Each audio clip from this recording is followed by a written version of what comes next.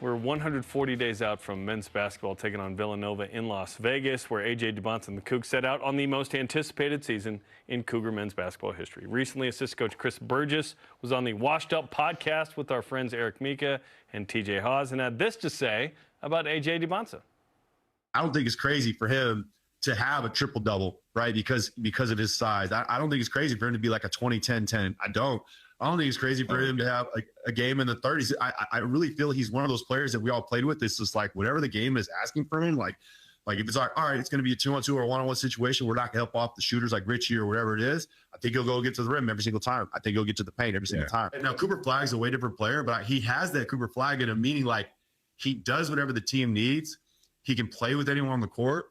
He competes on both ends of the floor, right? And obviously he's got God-given talent that, we haven't seen in a while. Indeed, he has. Dave, what do you make of these comments from Chris Burgess about A.J. Dubonsa? Well, can you just sense the enthusiasm in Burgess's voice? I mean, he's working with him every day, and so you can just see hey, this is something else that we have here. So it's great to hear that triple-double. When you think of triple-doubles, you think of Kyle Collinsworth. He had 12. Shout out to my brother-in-law, Tommy Walters, who's in the Elders Quorum presidency with KC now. Shout out, Tommy. Can he get one? Yeah.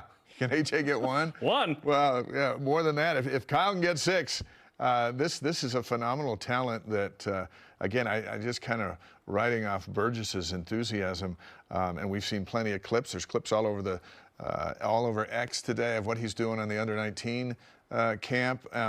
Man, 140 days, we got to wait to see what he goes and does against Villanova. Feels like a long time. Yeah, we're in are we in the 70s now? Low 80s on football, the countdown? We're not doing it every day. It's all good. This is exciting because right now we're hearing Kevin Young say, hey, he's a better passer than he's given credit for. And Chris Burgess is saying, hey, he can do whatever the game requires, which is awesome. He also mentioned in that interview, by the way, that Richie Saunders, after a couple of practices with AJ, said, I've never had more open shots. AJ is drawing a crowd. Richie Saunders wide open from 3. I mean, that is awesome. So, yeah, I do expect a triple-double from him at some point this season. Is it in Big 12 play where it's a little harder to do? I don't know. I don't really care. But the fact that A.J. Dubonsa is the guy that he is, he could shoot 30 times and we probably wouldn't complain. But he's going to make the right basketball play, which is exciting. So I can't wait, man. 6-1 season for Kyle Collinsworth, 12 overall.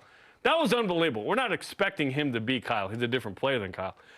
But to have a Tracy McGrady, Kevin Durant type on this team who is a future potential all-star in the NBA. I mean, unbelievable. We're going to enjoy this season. We're excited to see what AJ does with the U19 team, as you mentioned. He's crushing it there, by the way. Had the game winner in a scrimmage. And that's against the top 15 under-19 American players. These are future NBA guys in that camp as well.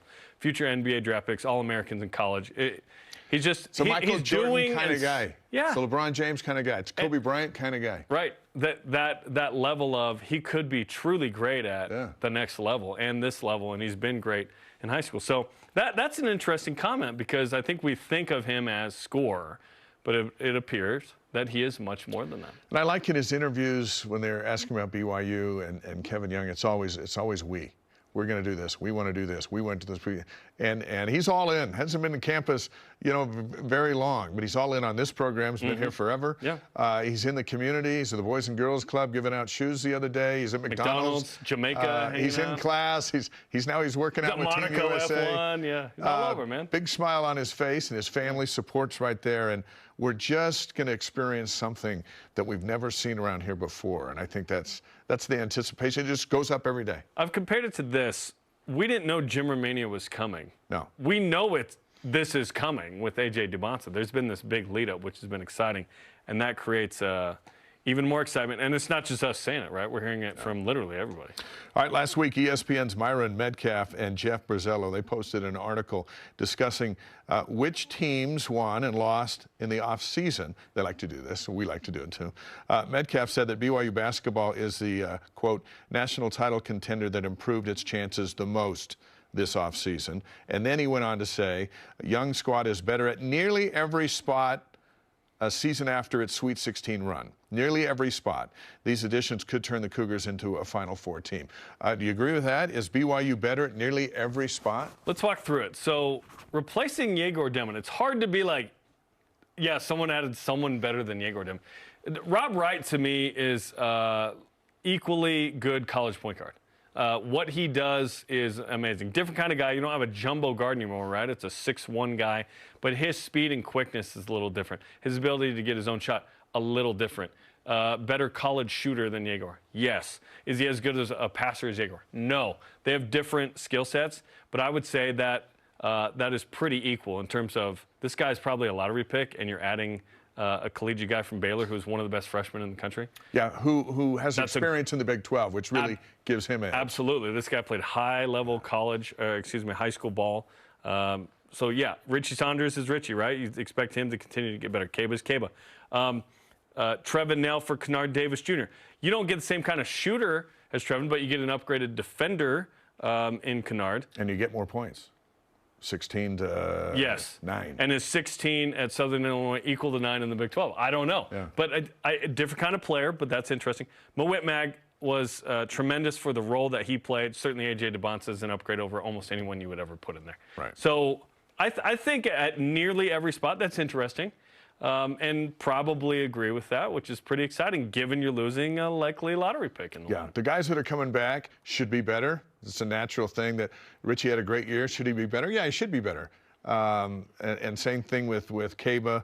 And then you're right. Then the additions in that starting five, if that's the starting five, and we think it will be, compared to the starting five against Alabama in the Sweet 16, I think you can make the case that at every spot they are better. I remember Egor and Dallin Hall split a lot of time running the point. Well, Rob Wright doesn't split time.